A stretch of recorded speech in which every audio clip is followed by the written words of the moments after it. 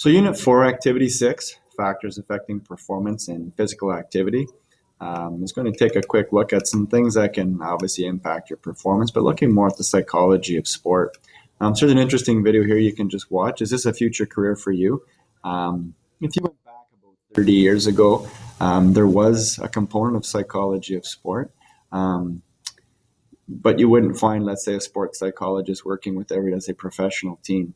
Now, any highly competitive organization, they basically have a sports psychologist who is either hired full time or who is working for the team and can be contacted for these things. So I was lucky in university to have a professor named Dr. Terry Orlick, and he was sort of one of the leaders of the sports psychology profession, I guess you could call it, and did a lot of work at the time with Olympic athletes.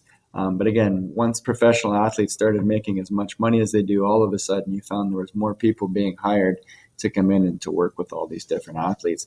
And the psychology of sport, it's really important, right? If you're strong mentally, then you'll have great performances. And I've worked with lots of athletes. Some were amazingly talented in terms of the physical, but the mentally, it just wasn't quite there, and they struggled. Where others, they didn't quite have it physically, but mentally they were quite strong and they were more successful. So it's important to try to balance these two out in order to achieve maximum success. So there's a social component. So going back to the psychological, there's a social component as well. And these are the different social factors that would come in that cause us to be involved in physical activity. Some sports are definitely more social than others. Some are individual sports, and then individual sports might have a social factor. When I was coaching track and field and cross country out in British Columbia, you did 6 bus trips a year that were either 4 to 12 hours in length, and so there was a lot of socializing going on and people making friends and having fun and getting along. And we would go to Edmonton, we would go to the West End Mall, or if you're in Prince George, we're going to movies. So there's a lot of different reasons for why people were participating on the teams I was coaching back then. It wasn't always just because of the physical activity. There are different social things that cause or result in us choosing to participate in things. So this just sort of looks at the different social factors that would occur and how social factors can affect individual sports, and how it's different in some cases than a team when it's just you, right? I know lots of students, they will play in a school team, but they won't play an individual sport, right? Because in the individual sport, if they're not successful, it's all on them, right? When you play in a team, it's never one person's fault, right? So you're never really centered out or made the GOAT, I guess you could say, in terms of the performance of that team. So there's definitely that component. There's also social factors affect individual activities, how that plays into there, how they affected team sports, as we just mentioned, group activities. So again, just looking at the whole social component of different things. And so there's some examples of individual activities, your individual sports, your group activities, and your team sports. So now you can reflect on you, who you are, and provide an example of how social factors have influenced your participation, performance, and physical activity. And you'll do that within that discussion. Intrinsic factors are things that can affect performance. So, for example, why do we compete? So these are internal things and internal reasons. So this isn't because your parents signed you up.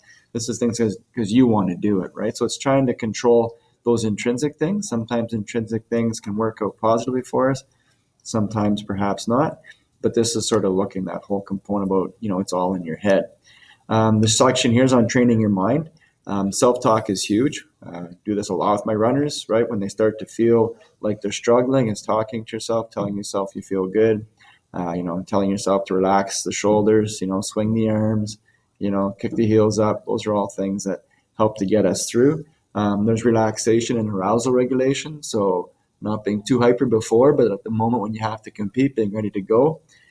Using imagery and visualization, another really important component of sport, right? So you basically closing your eyes and performing the activity with your eyes closed so that you do repetitions in your head. Now, this will actually lead to the body being able to do those things much more efficiently without even actually having to do the actual physical movement. And then, of course, goal setting, right? So setting a goal for yourself that you can then shoot for and that you can then achieve. So in this case, you're going to have a mind map going on, and you're going to have each tool will be then summarized. And there's information below around these. So you're going to do a summary of these different types of things and how that could play out in terms of preparing psychologically, and put that into the mind map here that it's talking about. So it's either a chart or a mind map that lists the tools and then summarizes each one, just to give me an idea that you sort of know what's going on. The last important thing is just find an example of an athlete using each tool. So you're looking for, in a lot of cases, there'll be articles on professional athletes using these. That's what you're looking for. So you're looking for an example of somebody who's been quite successful, who uses this actual tool. Then it's going to move on to some physical factors. So these are things that we may or may not be able to control. So it lists a whole bunch of different medical ones. There's extrinsic things. So this is things that aren't in your hands. So sometimes there's not much you can do about it. You just have to sort of deal with it. So environment, equipment, technology, other players, officials. And then these are the effect of environmental factors on training. So for example, body temperature, heat transfer, roll of clothing, exercise, atmospheric pressure and altitude, pollution. These are all things that can have an impact. So what you'll do here now is you're going to look or reflect on instances where you've been performing and was your performance impacted. So you'll describe the situation, identify if it's an extrinsic or intrinsic factor, and identify if the factor had a positive or negative impact on your performance.